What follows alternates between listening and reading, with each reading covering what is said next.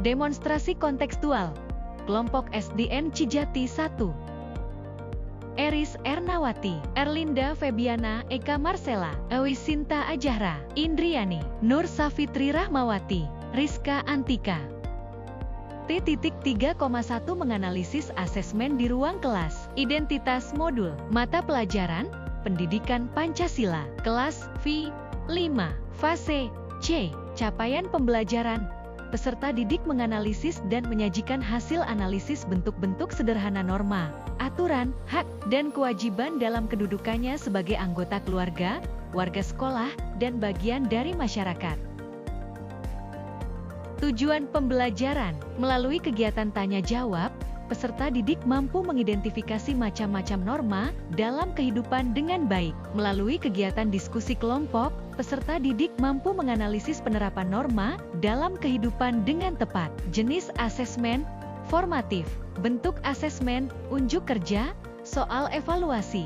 Berikut modul yang kami analisis.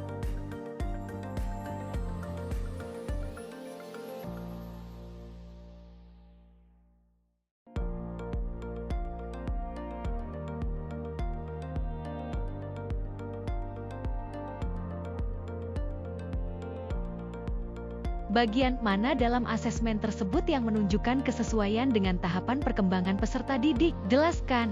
Asesmen sesuai dengan tahap perkembangan peserta didik kelas 5 yang berada pada tahap operasional konkret, mampu berpikir logis, namun masih memerlukan pengalaman langsung untuk memahami konsep. Asesmen berupa unjuk kerja, di mana peserta didik mempresentasikan hasil diskusi kelompok. Secara kognitif, peserta didik dapat menganalisis masalah konkret terkait penerapan norma dalam kehidupan sehari-hari. Secara sosial emosional, peserta didik mengembangkan kemampuan bekerja sama, berbicara efektif, dan menghormati pendapat orang lain. Contoh.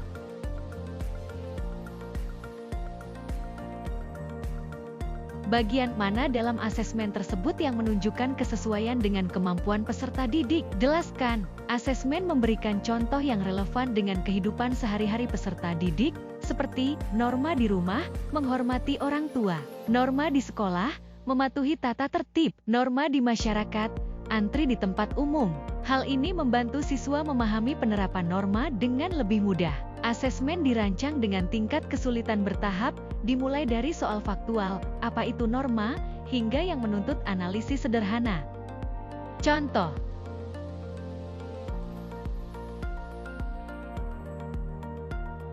Bagian mana dalam asesmen tersebut yang menunjukkan kesesuaian dengan perlunya mempertimbangkan aspek lingkungan budaya dan karakteristik peserta didik? Jelaskan. Guru menggunakan asesmen formatif kognitif melalui pengerjaan LKPD secara kelompok untuk menilai pemahaman peserta didik. Asesmen ini sesuai dengan aspek lingkungan budaya dan karakteristik peserta didik karena guru mengaitkan materi dengan budaya setempat, seperti contoh penerapan norma dalam kehidupan sehari-hari. Selain itu, guru juga dapat menilai karakteristik peserta didik, seperti nilai gotong royong dan kerjasama dalam kelompok.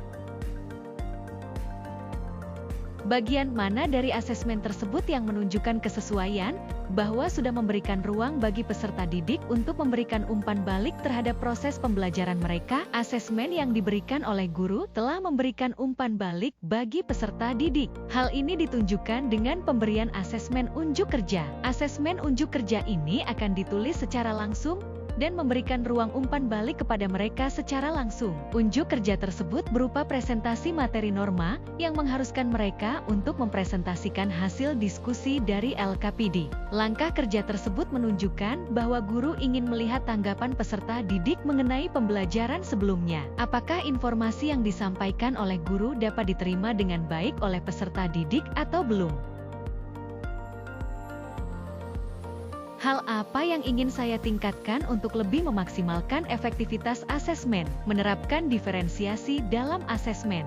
Merancang asesmen yang fleksibel dan dapat disesuaikan untuk memenuhi kebutuhan individu peserta didik sesuai dengan tahap perkembangan mereka, sehingga setiap siswa dapat mencapai potensi terbaiknya. Terima kasih.